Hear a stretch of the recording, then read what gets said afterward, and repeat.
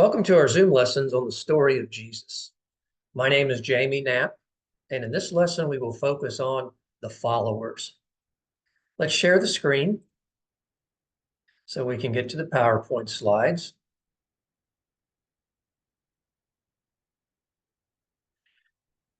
Jesus' ministry in Galilee continued to grow, and word about him spread very quickly. And the word was that he taught with authority, Matthew chapter 7, verse 29. But the word also included the fact that he performed miracles, and those miracles helped to reinforce his message. Notice this: Jesus performed miracles over disease, like leprosy, paralysis, fever. You can read about those in Matthew 8, in Mark, in Luke 5, Luke 7, and even Luke 4. Jesus performed miracles over demons. He cast out demons. Matthew 8 and 9, Mark 5, Luke 8 will tell you about that. He performed miracles over nature. He calmed a storm on the Sea of Galilee. That appears in all three of the synoptic gospels. He even performed miracles over death. Matthew chapter 9, Mark chapter 5, and Luke chapter 8. So as these things happened, the size of the crowds following Jesus increased. And some were genuinely interested in what Jesus was teaching. But there were also probably a lot of people who were just fascinated. They were fascinated by the miracles. They were fascinated maybe by the style of Jesus' teaching. There may even have been some folks who were just fascinated by the idea that he seemed to be challenging the teachers of the law and in some ways kind of putting them in their place. Well, the time came that Jesus felt it was appropriate to explain the expectations. For those who really wanted to be a true follower or a true disciple of Jesus, it was time to explain what that was going to entail. And we call that the Sermon on the Mount. Matthew chapter 5 through the end of chapter 7 is where we get the greatest amount of detail about the Sermon on the Mount. Luke includes some verses in chapter 6. Mark doesn't talk about the Sermon on the Mount, nor does John in his gospel. So the greatest amount of detail can be found in Matthew chapter 5. First thing we need to consider is that the Sermon on the Mount probably didn't occur on a mountain. It's highly unlikely that Jesus would have climbed to the top of a mountain to deliver a sermon that he wanted people to hear. Now, again, these were not Colorado Rocky Mountains, 6,000, 8,000, 10,000 feet up. These were more along the lines of 3,000, 3,500, maybe even 4,000 feet in the upper part of Galilee. But even then, he would not have gone to the top of one of those mountains. Luke chapter 6, verse 17 tells us that Jesus stood on a level place. And Luke 6 also tells us that a great multitude of his followers were there, a great throng of people. And so it's more likely that the Sermon on the Mount may have been more along the lines of the Sermon on the Hillside, or the Sermon on the Gently Sloping Plain, or somewhere where Jesus could have positioned himself where a large number of people could have gathered around him and heard what he was saying. So the Sermon on the Mount begins with what we call the Beatitudes. The blessed or blessed are you if, or blessed are you when you do this, or and blessed is often gets translated as happy. And so you may have read, instead of the word blessed are you, happy are you if you do this. Well, scholars tell us that blessed can also be translated as honorable. And this was very important in that culture because the distinction between honor and shame, that dichotomy, was a very important component of culture. So Jesus picked up on that, and he decided to use that as a part of his sermon. And in the culture at that point in time, an honorable life was typically connected to having power, having property as in income and wealth, having prestige, having position in society. And Jesus turned that idea on its head. And he said, no, he said, an honorable life belongs to those who are poor and those who are oppressed and those who mourn and those who are rejected by society. In other words, Jesus is saying an honorable life is not connected to your social position.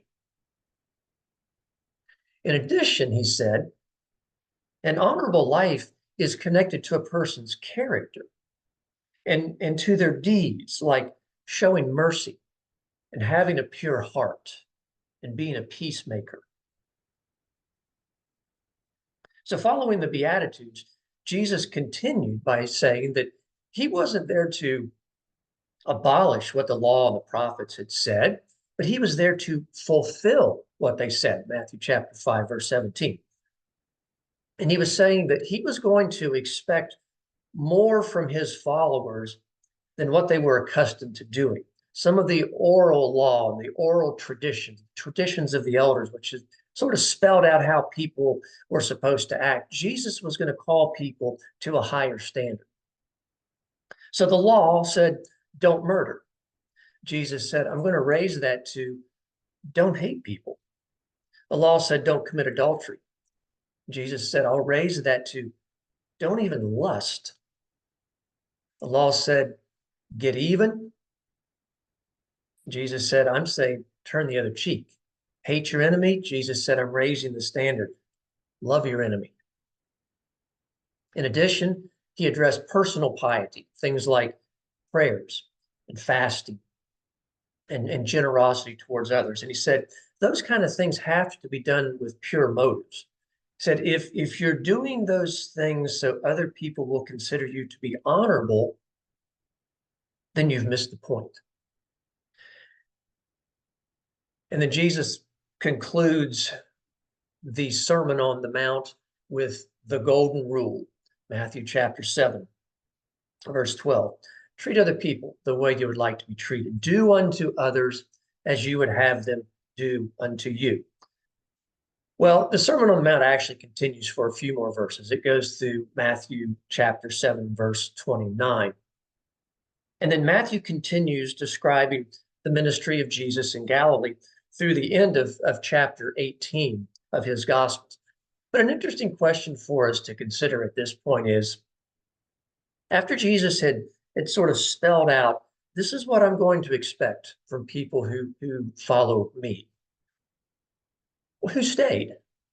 Who became a committed follower of Jesus once he laid out the expectations? And the answer is, it was a very, very diverse group. Because Jesus moved very fluidly across traditional social boundaries, the boundaries that the teachers of the law and the Pharisees placed so much emphasis on. Jesus kind of just moved across them almost as if they didn't exist, because he didn't really care where people fit in society or fit within the structure of society. He was far more interested in what they were doing. And so Jesus associated with Gentiles. And he had Gentiles among his followers, Matthew chapter 8, verse 5. He associated with people who had leprosy, and they were among his followers. He associated with fishermen, a tax collector, and a former zealot. That's Matthew chapter 10, verses 2 through 4. That list is part of the description of the 12 apostles. He had fishermen who were part of his 12 apostles. He had a tax collector, and he had a former zealot. The zealots were a group of Jewish men who had committed themselves to use violence to help bring down the Roman Empire. Now, one of the 12 apostles was a former zealot. That's very important. But what's really, really interesting to consider when we hear the word zealot is that when Jesus was being tried, the crowd wanted to have released to them Barabbas. Why was Barabbas arrested? Because he was a zealot. He was trying to defeat the Roman Empire using violence. And Jesus had within his group of followers a large number of women. John chapter 4, verse 27 has a really interesting verse. Jesus is talking to the Samaritan woman at the well, and his disciples come up once that conversation has been going on for some time. And in verse 27, John says, as his disciples arrived, they were amazed that he was talking to a woman. Women were often considered to be second-class citizens in that culture, but not in Jesus' world. He had many women who were among his followers. He had a demon-possessed woman, Luke chapter 8, verse 2. That's Mary Magdalene, out of whom he had cast 7 demons. An adulterous woman was brought to him, and he was kind to her. She became a follower. The Samaritan woman, even Joanna, the wife of the household manager of Herod Antipas, was a follower of Jesus. In fact, she not only was a follower, she was a financial contributor to help with his ministry. So Jesus had a very, very wide-ranging group of followers from all across society, because to him, one's position in the social order really didn't matter. And there were many people who were drawn to Jesus and to his message. But not everyone was. There were many people who did not like Jesus. They did not like what he was teaching. They did not like his ministry. So in our next lesson, we will focus on the antagonists. I hope you can join us for that lesson.